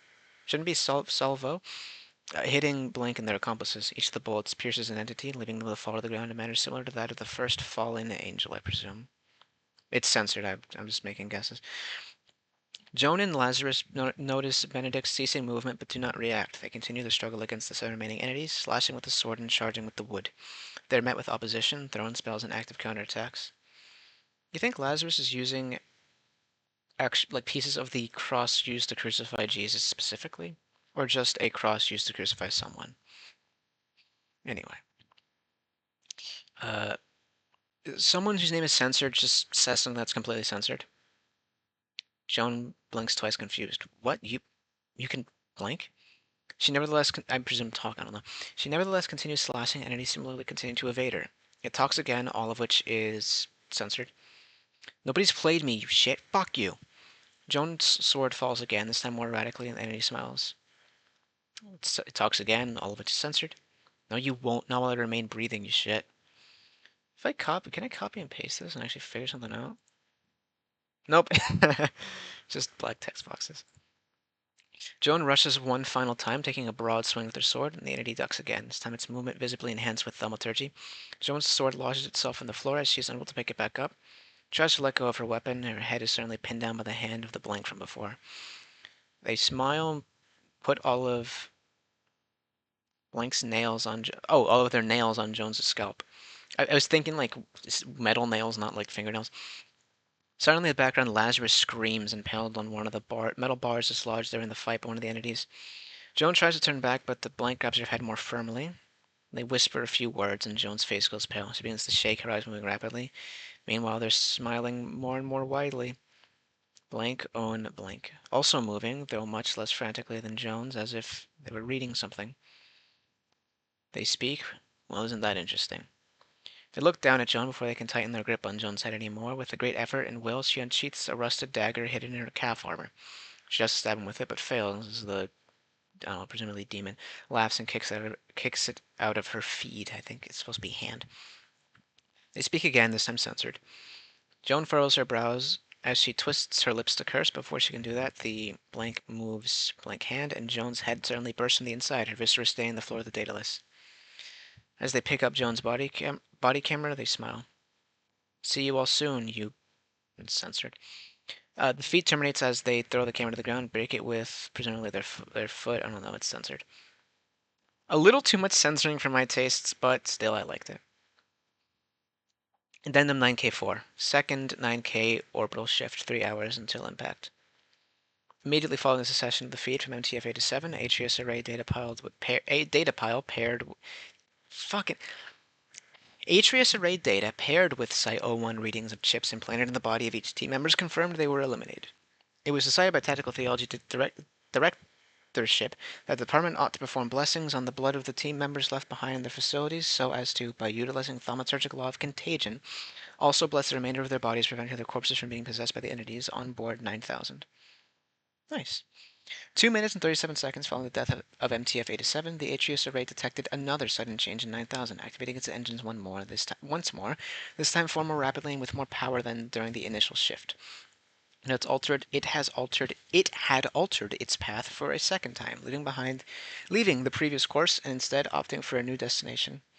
Thanks to 9K's closer proximity, more detailed data became available to on-site ETRA specialists. Their calculations indicated one possible endpoint to 9K's destination, Hecor. 9K impacting Hecor would inevitably lead to one of two outcomes. Destruction of the Foundation's single most expensive and powerful piece of paraweaponry, the haunting of said weapon by entities on board the Daedalus, or the haunting of said weapon. Former outcome would effectively cripple the Foundation's defensive capabilities and render it useless against emergent class case scenarios. Additionally, costing it over $200 billion in lost technology and labor.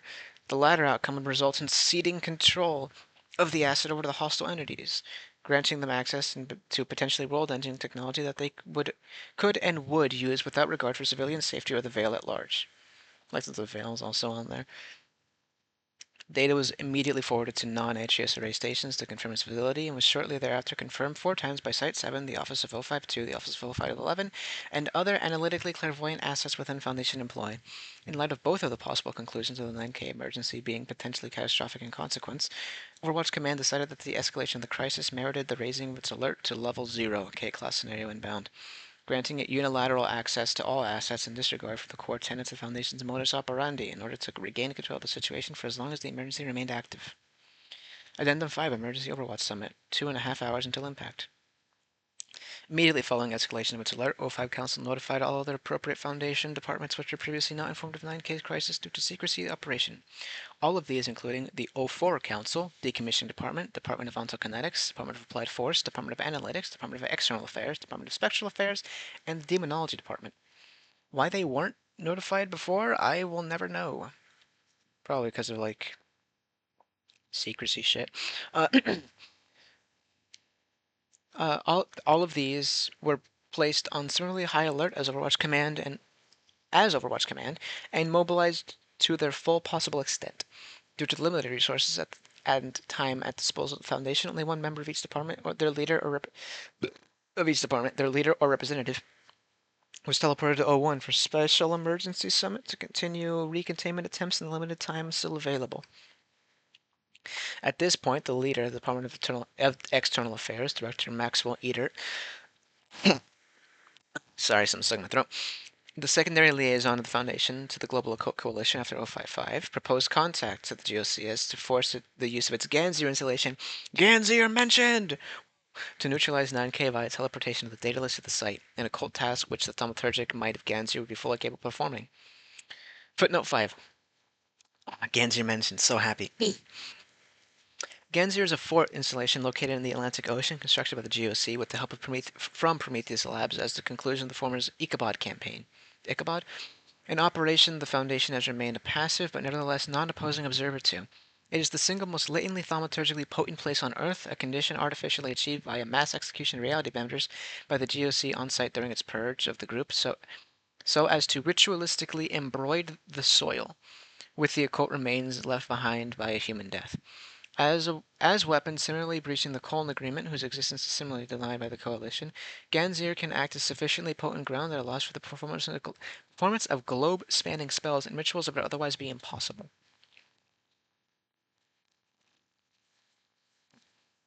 Ganzir mentioned, fuck yeah, dude. Anyway, despite the fact that Director and Eater's proposal was logically sound, it was nevertheless vetoed by an 05 council vote of 1 to 11 to 0. And there are 13 05s. Why is there 12 numbers in total? It was presumed that ceding control of 9K over the GOC, an allied but nevertheless external organization, would be undesirable.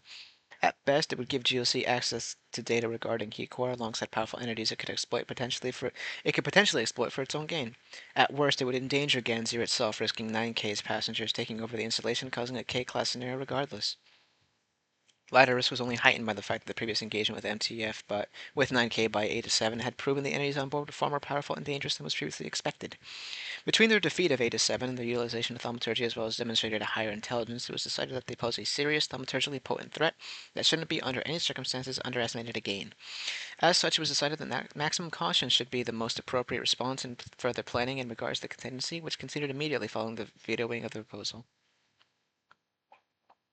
Proposal: utilize HECOR regardless of it breaching the Colne Agreement, as not using it and letting 9K impact and destroy the weapon would alert global coalition to its existence regardless. Show proof of successful HECOR utilization as a means of preventing a K-class scenario as sufficient justification for the weapon's existence against the GOC, thus opening rational negotiation between the group and Foundation. This was rejected because the previous expedition shown the occult potency of the entities on board 9K far exceeds previous expectations, uncertain that an interaction between HECOR and Daedalus would result in. It's unclear what the interaction between HECOR and the Daedalus would result in. HECOR is an eigenweapon powered by ritualistic motion with thaumaturgically ontokinetic engines. As such, its proper blast is also primarily made of thaumaturgic energy.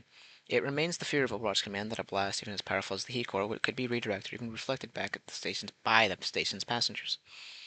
Another one was rejected, that being redirect trajectory of non-anomalous Foundation assets located in Earth orbit as to put them on a course destined to impact 9K, neutralizing the Daedalus without risk of its passengers being able to interfere with or against wholly mundane and unavoidable attack.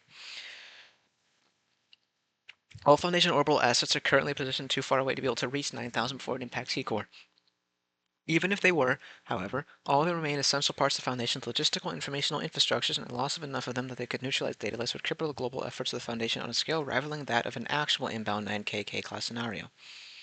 Accepted to utilize Crimson Cadence to power HECOR by teleporting the asset right into the weapon's fuel chamber and firing it remotely.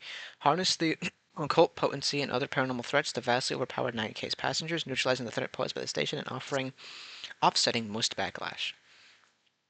Addendum 5, transport of asset Crimson Cadence, 2 hours until impact. Briefing of Crimson Cadence abridged. Designation codename Crimson Cadence, aka the Scarlet Fool, aka the Chain of Davon, aka the Amaranth Emperor, aka the Crimson Khan. Crimson Khan's a badass name, still on that one. Asset type: exanimated cadaver, deific, remnant, occult source.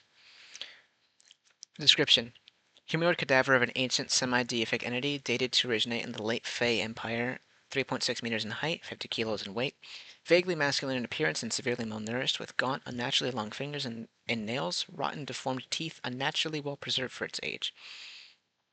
Bodily bears scars. That should be body. Bears scars suggesting several years of abuse. Genetic makeup inconsistent with any known genus, bearing skin with a light red pigmentation, with horns bearing signs of cutting emerging from the sides of its cranium. Okay, this is a Hellboy reference, I think. Excavated alongside other objects of relevance to the Daevite matriarchy during 1897. During the 1897 Devon archaeological expedition led by 054, current academic consensus inside the Foundation's scientific community, even if actual consensus on subjects relating to the Devite civilization isn't possible, is that the asset served as a battery for the rituals used by the Maharani of Devon and her court. In particular, those capable of interfering with time-space continuum and utilizing retroactive displacements. Despite the fact that the asset is functionally dead, it nevertheless occasionally twitches at irregular intervals, often thrashing violently. After each incident, the asset, without fail, returns to its docile state, continuing to act like a normal corpse would. Brain scans reveal minor activity regardless of the body's state. Despite this and years of use, the asset remains a potent source of thaumaturgic energy. Prior experimentation has shown success in powering occult machinery based solely on the asset, often bearing cross-spatial and cross-temporal results. Research into the exact nature of thaumaturgy inherent to the asset is still ongoing. The usage of any deific remnants for the benefit of the Foundation has officially been banned by unanimous O5 Council resolution following the Damien Nowak/095 incident of the 1980s, as the dangers associated with harnessing the latent energy of any pluripotent entities have proven to be far too numerous and unpredictable to effectively remain under Foundation control. Under normal circumstances, protocol would explicitly forbid their harvest in any shape or form. However, in spite of these regulations, the O5 Council has decided by a vote of 12 to 0 that the that is this a reality following there's only 1205? That the SCP-9000 crisis should not constitute normal circumstances, and that, as such, its previous verdict should not apply. Although some members of the Council were initially skeptical, allowing an H-trace array transmission notifying the crisis, following an H-trace array transmission notifying the crisis summit that the following change in its destination, 9000 is quickening its pace and would indeed arrive sooner than previously expected by an hour. All undecided votes were cast and the proposal was greenlit. Occult experts within the Foundations remained uncertain whether or not the proposed solutions would actually work as expected. However, as the plan was a last-ditch effort to handle 9K crisis without it fully spiraling out of Foundation control, preparations were immediately made for the transport asset Crimson Cadence onto Hecor. Similarly to the previous operation, this was to be achieved via the utilization of thaumaturgy. Due to the shortage of time, the asset wasn't first transported to Site-01, where it could receive highest grade thaumaturgic care in the Foundation. Instead, decided the teleportation would be performed directly from the site of its containment, even if the exact quality of the ritual and thus its success could not be fully guaranteed. Below is an attached transcript of the ritual. Begin log. Asset is laying motionless upon stone die in the center and of a heptagon drawn with red chalk over a concrete floor. The corpse is completely covered with a long red fabric, stretched so as to mirror the shape of the heptagon around it. At each one of the fabric, daggers impale the sheet to the floor. At each of the 7 ends of the larger shape stand groups of 7 people, every one of them gathered in a shape similarly reminiscent of a heptagon. Personnel wearing flowing red robes, ancient Devite runes engraved in black upon them. They are unmoving, each of them holding a piece of long black chain that connects all the groups together. At once, the candles located sporadically throughout the room light up, and the groups begin to move. They circle the die, holding up the chain and banging it against the floor, only to pick it up again. All of their eyes are closed, and they pick up the speed, moving faster and faster until they're practically running. With breathless voices, the gathered begin to chanting. That's definitely misspelled. That's fine. In an old Davite dialect. The chain breaking on the floor louder and louder until the voices drown in the clanking of the steel. The corpse begins twitching violently, the motion similar to that of a scared animal, its head moving rapidly in search of the voice's source. In spite of this, the material holds it down, restricting its movements as it continues moving and breaking in unnatural ways. As the personnel start to sprint, their singing never ceasing, there was a sudden flash of red light as each of the candles throughout the room blossoms, their ends melting into abstract flower-like shapes. The personnel come to a hard-breathing stop. When they turn to look at the asset, the corpse is already gone. Add log. Addendum 9007, engaging the Crimson Cadence, 0.5 hours until impact. At exactly 20:03:57 UTC plus 1 hour, 27 minutes, and 13 seconds. Oh, sorry. UTC plus 1 hour. 27 minutes and 13 seconds prior to the calculated collision time of 9K and Hecor asset. Asset Crimson Cadence was successfully transported into Hecor's fuel chamber. Terrestrial Hecor control teams were previously notified and thus remotely prepared for the weapon firing under new circumstances, achieving readiness to begin the harvest of the asset for fuel at 20:07:18 UTC plus 1 hour. Below attaches a log of the asset's utilization, alongside recordings sourced directly from 9K's exterior cameras, which could be intercepted due to dataless proximity to Hecor. Before I read that, I'm going to quickly pause and go use the bathroom. Alright, I'm back. Begin log. 2352. Asset Crimson Cadence is seen inside Heatcore's loading chamber, struggling against its constraints, twitching violently, but the daggers in its skin pin it down, effectively preventing it from freeing itself. The runes around the body start to glow, the whole chamber beginning to spin faster and faster as Crimson Cadence's limbs get stretched farther and get stretched farther. The irrelite needles of Heatcore stabbing its veins and pumping its blood into the machine's engines. The muscles in the corpse's empty eye sockets move rapidly around the room. Ugh. In apparent panic, it attempts to scream, but no sound comes out of its mouth. Nice. 1921. Why is the time going? Oh, that's until. Okay. Countdown. 1921. Heatcore begins buzzing, its engines and fire mechanisms rotating clockwise and counterclockwise respectively. The whole weapon begins to spin as a bright point of light emerges near its terminus, stretching into the shape of a ball, then into that of a large needle. Heatcore quickens its pace as its output grows and grows, never leaving control of the beryllium bronze rods attached to the mechanism. 1848. Crimson Cadence attempts to scream once more. Heatcore immediately continues its preparations. Here's a view of it at 1612. It's a bright light on Earth's orbit, or outer atmosphere. 1526. In the far distance, Nightcake can be seen. Daedalus is not spinning, instead continuing towards destination in a steady, controlled manner. The runes engraved in its solar panels are burning brightly, their intensity far exceeding the brightness expected from their normal operation. Parts of the station and its rear end are visibly damaged, and several segments of its loading docks begin to fall off of their own volition, forcing 9K to wobble, but nevertheless in an alternate trajectory.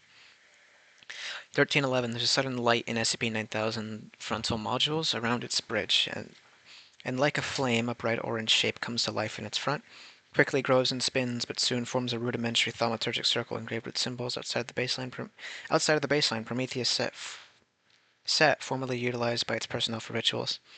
The circle continues its movement alongside the Daedalus, and it grows, branching off into new shapes that soon cover most of the station, save for its solar panels. 1258. Over time, the light of the runes dims slightly, but nevertheless remains active, the brightness pulsating like a living heart. Here's a view of 9K at 1243. 1134. Crimson Cadence continues struggling against its constraints, but glowing visibly paler with each needle and its transfusion. Soon its red skin turns gray and its movements grow slower, and each of its movements bearing less and less strength. Did I finish my... No, there it is, my bottle of water. 1123. The chamber quickens at the pace of its spinning, irrelite rods and spikes being brought forward by the apparatus as they impale the body. This brings out another attempted scream accompanied by several thrashings, but the strength with which the rods hold Crimson Cadence's spine prohibits its movements from performing any actual damage. The spikes slowly but methodically flay its skin and burn it with purple fire, the runes around the chamber glowing more and more intensely each time the smoke comes into contact with them. 1046. The rods expand into blades, cutting through Crimson Cadence's flesh and nails.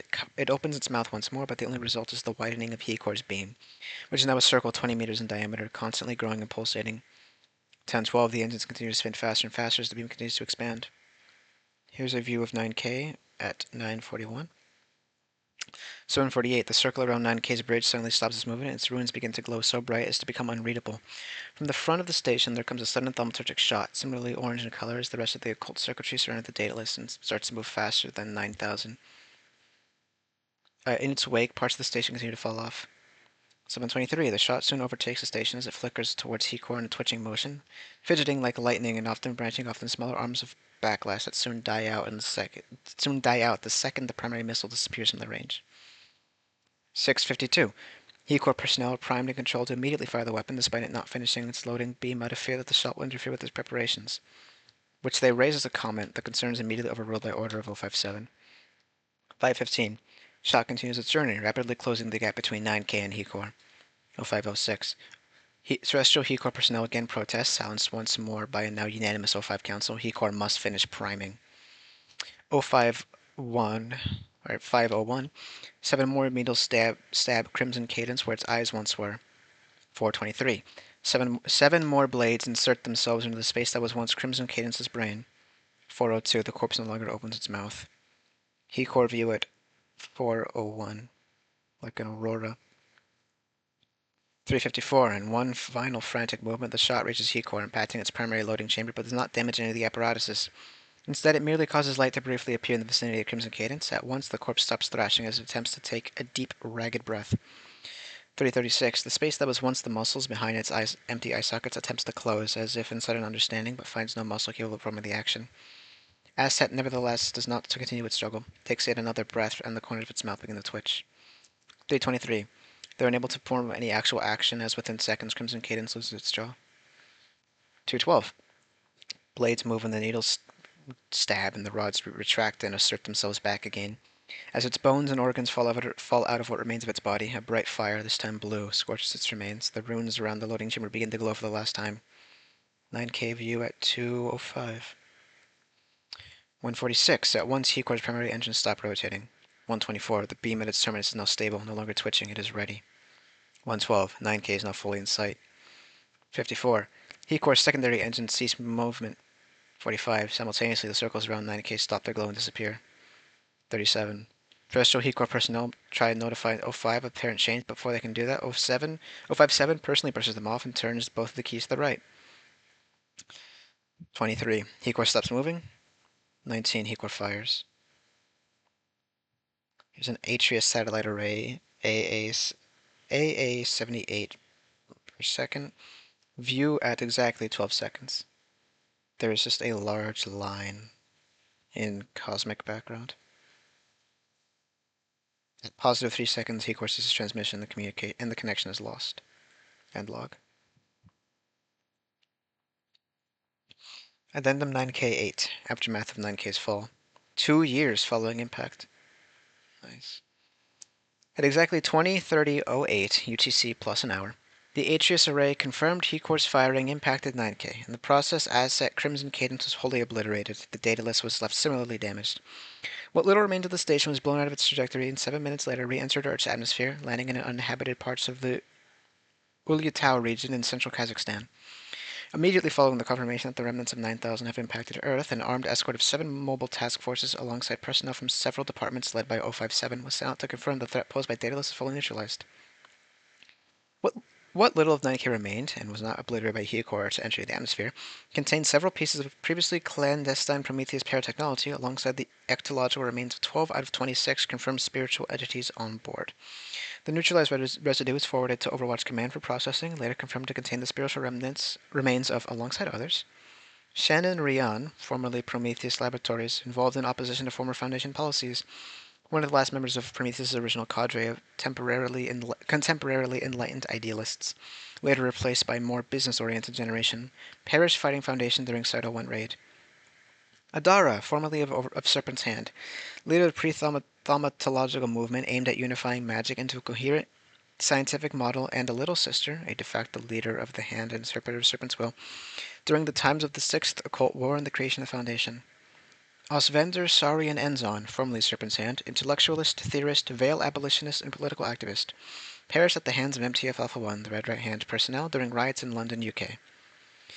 Jonah Matthews, formerly Prometheus Laboratories, co-inventor of the Armith-Matthews cage, the Borman-Matthews entanglement web, and the null hell conduit, and ardent lobbyist against the Foundation continuing to interfere with Prometheus affairs, later responsible for organization gaining full independence. Tomas Vasquez, formerly of Chaos Insurgency, graduate of ICSUT, Santiago, holding a thaumaturgic engineering degree and third engineer of the Insurgency, perished at the hands of its own people, supported by embedded Foundation assets, for attempting to change the modus operandi of his organization from suprematist towards liberationist ideas. Montserrada Loper, former battle mage and veteran of the Spanish Civil War, veil abolitionist, anti-fascist activist, perished at the hands of the Franco government. Niam Brispalek, I think, formerly Serpent Hand, the Irish Volunteers and the Irish Republican Army, seen as the pioneer of modern industrial rune writing, perished during skirmishes against British government. All process residue was confirmed to be in line with data expected, previously predicted by external entity contacted by 055. Log in. Does the Black Moon howl? Only once its web snaps, the Weaver plunged into darkness. Overseer credentials accepted. Welcome 057. Recording 9000-2-1 continued. 5. Can you tell us why? Severed voice. They yearn for a legacy. 5 blinks twice. Explain what you mean. Entity's surface bubbles again. The shades that they have gathered burn restless. Their chains have rattled for too long. Your weight upon their shoulders too great. They were born under your star. They wish to not die under it. They wish not for the others to suffer the same fate. 055. What do you mean, 5 stops considering for a moment. When she gets it, her eyes go wide. Oh God. Entity skews its head. I told you they were not my kin, not my ilk. My blood runs not through their hateful hearts. Yours does. They are but an echo of a once mighty voice, called once more by their own folk by its own folk for guidance. Those of Prometheus might have been proud, but they were not fools. They saw the writing on the wall was writ with their own blood. They wished not to suffer the same destiny as their formers, as once they had called for counsel, as those they have called for counsel. They wished not their work be buried, the children of their brilliance strangled in their cradle. 5 takes a shaking breath. But I repeat, it is not their fault, not their doing. You have made them who they are, you have made them what they are. You have blown out their flame and found yourself surprised when it burned you still before it went out, unlike all other fires you put out with your grip. What you see now is but one symptom. In time the plague will come, and they will come, all of your bastards, all the fruit of your labor. They will come, and when they do, they will not be alone. They will not be as tame as the messengers you have led out first. They shall ride the steed of chains like the herald of a new beginning. Unless you manage to tighten their chains one final time, of course. 5 turns to her assistant, signaling the ritual is over. But know this. 5 turns towards the entity, its shape breaking down as blood flows back down, all light around the room flickering. If you do grab their chain and bring it closer, hoping to snap their necks, remember that you will find yourselves within their reach. Runes on the floor glow more dimly and dimly until the entity is again a puddle of blood upon concrete, voiced but a whisper. Remember that the chain can bind your hands and break your neck too. End log. All remains were thoroughly tested, confirmed as inactive, and properly disposed of. When the following day the scientific personnel of the Expedition Task Force returned to the crash site, over half material remaining of the data list fall have disappeared overnight. Notably, all of missing materials paratechnological in origin. Following reprimand being issued to all task members stationed on site, Foundation conducted a thorough search surrounding Kazakh occult societies to ascertain whether or not one of them was responsible. Despite this, no clear culprit was found. Over the coming months, several similar pieces would be found in use by civilian populations of the underbellies of Russian, Chinese, Indian, Mongolian, Bangladeshi, Tajik, Kyrgyz, I think, Uzbek, Pakistani, Belarusian, Ukrainian, Moldovan, and Polish cities.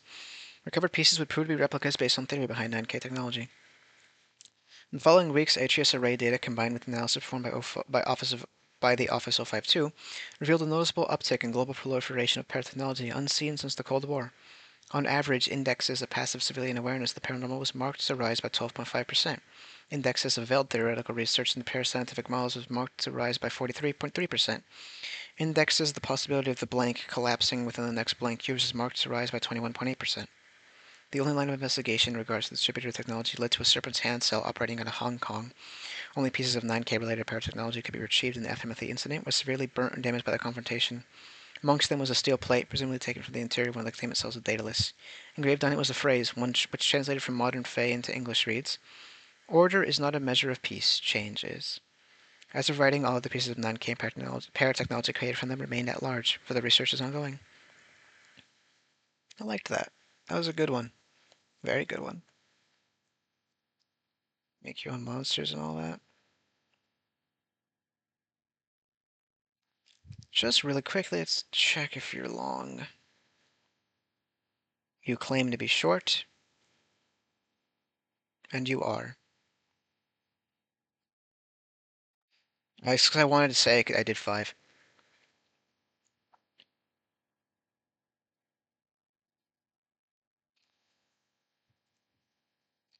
Non-Parale Beast by Blazing Pie. Teamwork makes the dream work. Dedication. The contents of this file are all posthumously dedicated to one and the only Surrealistics Department head, Marcel N. Sequitur, who, in his infinitely infinitesimal wisdom, has blessed us all with the non-parallel wonder of 9K. And for this we are eternally grateful, you know. Site, whatever, personnel represented by me right in this document right now. Item number SCP-9000, and also the bad thing. The bad thing doesn't have its own slot number, this is the name we call it in corporate. Object class Thaumiel, when in reference to the bad thing, or just Thaumiel in general. Special containment procedures 1 5145. The Surrealistics Department and related structures have been conveniently placed atop 9K. It is to remain this way indefinitely for the foreseeable future and for the betterment of all. The details of the precise ranking structure of 9K currently in use are available to only the following members of personnel. Surrealistics Department Head Marcel N. Sequitur, Site Something Director G. Morrison, Head Researcher Irving Gatt, Salvador AIC, some other important guys as opposed to just some other guys. Trust me, you really don't want some other guys finding out about all this before it's too late. It would ruin all the surprising suspense of 9000. On that note, foundation-wide implementation of 9000 across less surrealist facilities is currently ongoing. With no severe progress made as of late, they won't see it coming, but boy will they love it. The bad thing is not allowed to happen at Site Blank ever again under any circumstances. Never, ever, never again. Any permanent employees, footnote 1, alive, dead, undead, and or if unalive, caught trying to invoke the bad thing for a second, or even worse, third, time are to have their eyebrows melted away and cast into a pretty little tree air freshener, like the ones they have in the cars and movies, you know? Never seen one in real life, though. What's that about? I've seen those in real life. What the fuck are you on about? Anyway. A lifetime supply of agnostics is then promptly taken away. This is their punishment, however, they're not leaving us, why would they? After all, we're all family here at Site.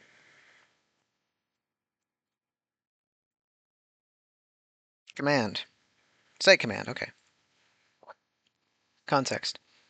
There comes a time in the life of every friend group when it just doesn't work anymore. You know, everyone gets it, really. It's a palpable feeling. It is that situation when voices are raised, faces get eaten, and no one gets along despite trying their best. That state is what what we in the business refer to as the bad thing. You don't even really need an agnostics to understand the bad thing. It's the law of the universe, like entropy, but for society. Some even claim it's not anomalous, but what do they know? It can happen anywhere, in your family, in your high school chemistry class, in your church, or your workplace. It's inevitable, and it's best to just accept it and move on with your life like a normal person. But then the bad thing happened at Site Command, and we can't just accept that, you know. It started just like any good incident does in the cafeteria. There was unrest in the air, really easy to smell too. Honestly, in our line of work, it's not weird to occasionally forget why we do what we do. Especially with all the Foundation employees just consistently poking fun at us, saying just how insane we are when we're not looking, stuff like that, you know. Alright, so we're in the cafeteria, there's a bunch of people talking, like normal, usual stuff, then someone turns to me and asks me some weird question, and if I feel the same way. I mean, I did, but that's not the point. Point is, everyone there knew that was the bad thing. They talked to me about it because they thought they could trust me like like the coworker I was, you know. But unfortunately, I am in a carrot and the stick situation here. You know, the carrot is called monthly pay, and the stick is my rent. So naturally, I went to Marcel right away to tell him what's happening. He's the department head around these parts, and he said that he knew and that he was working on something already. Anyway, he also congratulated me on loyalty, so that's that. And you'll learn some more after these messages. Warning, the next session is going to require a quite intimate understanding of linguistic mathematics and mathematic linguistics, all with a healthy dose of surrealistic sportsmanshiptics. If you can grasp that, then I can explain 9K to you. This isn't really 9000, just a visual to help you illustrate the point I'm trying to make here, you know? It's the standard podium of 1, 2, 3, first, second place. Description. Alright. Alright, You know why, but now let's talk about what, you know?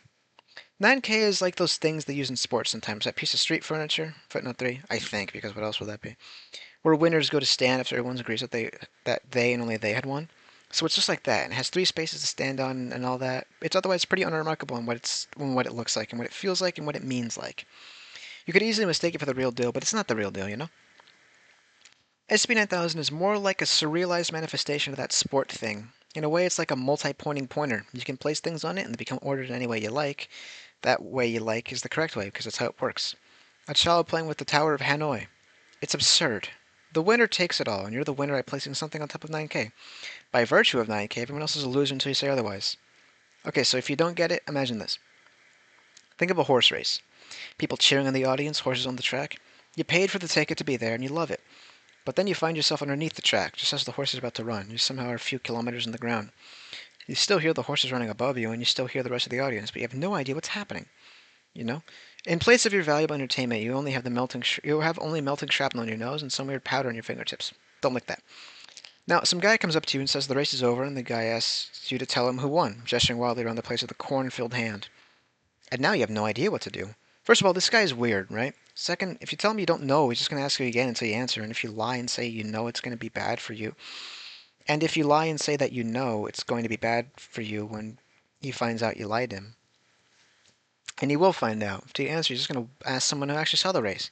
He has all the oracles and marvels of the modern world, but he still decides to pester you, as that's the system we've created. Now, all this happens because humans, in their perpetuum mobile of misery, have an inherent understanding of ordering. You know, when there's more than one thing, things can be ordered, and usually it goes first, like second, this. Simple enough, but then something second, this, first, like. Also makes perfect sense, because why wouldn't it? The same goes for things, first, like. second this, and second this, first like. You'll have to look and see like they're actually ordered differently. Now the thing is that Now the thing is that in all of the above, you know what you're ordering and you know how you're ordering. In the horse race hypothetical, theoretical, that's not the case. You don't know what you're doing. You don't know what you're supposed to do, but you have to get it right on your first try, much like in my life. If you want to get out of it in one piece, you have to rearrange your own arranging skills, and that's what 9K does to you. Taps on your innate sense of sensible mathematics and language used to express that math and makes it make a different kind of sense. The kind of sense that everyone agrees is bogus, even those on the inside, but they can't argue against it in a meaningful way. Because they look like lunatics doing that, even though everyone else agrees, and it's just been that way for a long time, and no one can ever even envision anything else. You know, the credits had already been written a long time before the first scene even got conceived. Back to horse racing. Now, using 9K to answer the question of the winning horse becomes easy. You can just say something like this, like this, like this. You'll have to look.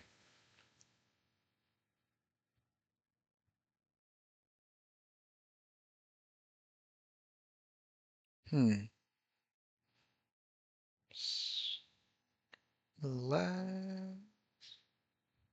Anyway, and now we're getting somewhere because you'd be correct. The context again. Now, the bad thing is generally pretty hard to describe. Like I said, the bad thing is not something tangible, it's something you feel. Like in gambling or the stock market. The whole thing operates on being completely made up, and then people convince themselves that it's real, and therefore it has real effects.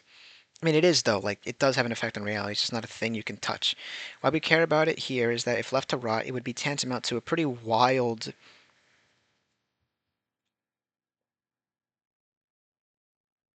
Why is it in Cyrillic? What the fuck? Something. Class end of surrealistic scenario. There's not a lot of things that do that to you, you know? The effects of the bad thing are extremely noticeable, like a spotlight on a summer night. What it does is it undermines the structure of everything we try to do here by exploiting the vulnerable minds of an otherwise good, hardworking people. Promises them candy, but only if they take this candy from a grown man that has all the candy. It's utter nonsense, everyone knows that. People still fall for it again and again. Now, Marcel knew this was going to happen eventually. Why wouldn't he? He's a smart guy. For the next day, he gathers it all in the break room site command, gets on the stage, and unveils 9K. What happened afterwards what happened after was downright mystical. He stands there, all grandiose atop 9K, his legs tap dancing and knocking over invisible preferences that he had put on 9K beforehand. And then he starts listing off the names of everyone working for Surrealistics. Every single person he lists off starts cheering and clapping. It all quickly turns into a riot of positivity and friendship, and trash cans burn a nice green. Then he leaves, and all is well. Bad thing was no more. No one had time to think about stupid stuff like that. And all we had in the moment a well-deserved one slice per person pizza party was all we needed. Special containment procedures secondage. All right, now I don't really know if I'm supposed to show you this, but if I am and I don't show it to you, then I'll be in trouble, you know? Footnote 4, but I said sorry. Your anti-surrealistic sentiments. What the fuck? The door to your house, your dreams, your friends, you, your paycheck, your position, the lunch break, some other guys, some important guys, take your agnostics, the foundation. Oh shit, that's the structure up here, isn't it? Yeah. This is, of course, read bottom to top. Naturally. I should have known. Surrealistics Department Head Marcel N. Sequitur. Item number SCP-9000 from Surrealistics Department Site Command. The Foundation, take your agnostics, some other important guys, some other guys, the lunch break, your position, your paycheck, you, your friends, your dreams, the door to your house, your anti-surrealistic sentiments. I should have known. A and the context. Pick one. Of course, I was there with the others during this performance, but after a while I started thinking, was that really it? Was that enough? And it will be enough in our inevitable expanse. After all, we're kind of special, and some other guys don't think like us. So I went to Marcel's office to talk with him personally about the topic. Opened the steel door, got inside the endless stomach void of taxpayer money, his own private quarters of graceful management. There he was, sitting near 9K, using it as a new desk for all the crumpled up paper balls and engorged speeding tickets he collects so diligently. He looked at me, stood up, and with his everyday toothless grin asked what I was doing. I asked him if this thing would work long term, didn't answer at first, but then he shuffled something along the surface of 9000. Slowly walked up to me, patted me comfortably on the shoulder, and spoke. Of course it will, we're the best at making things work, you and me. And when he said this to me, I was. Firth like. Huh. He is absolutely right, you know? I'm sure this is great, however, this is not a good day for me to read shit. I don't know what the fuck I just read. I also haven't clicked on all of these attached links.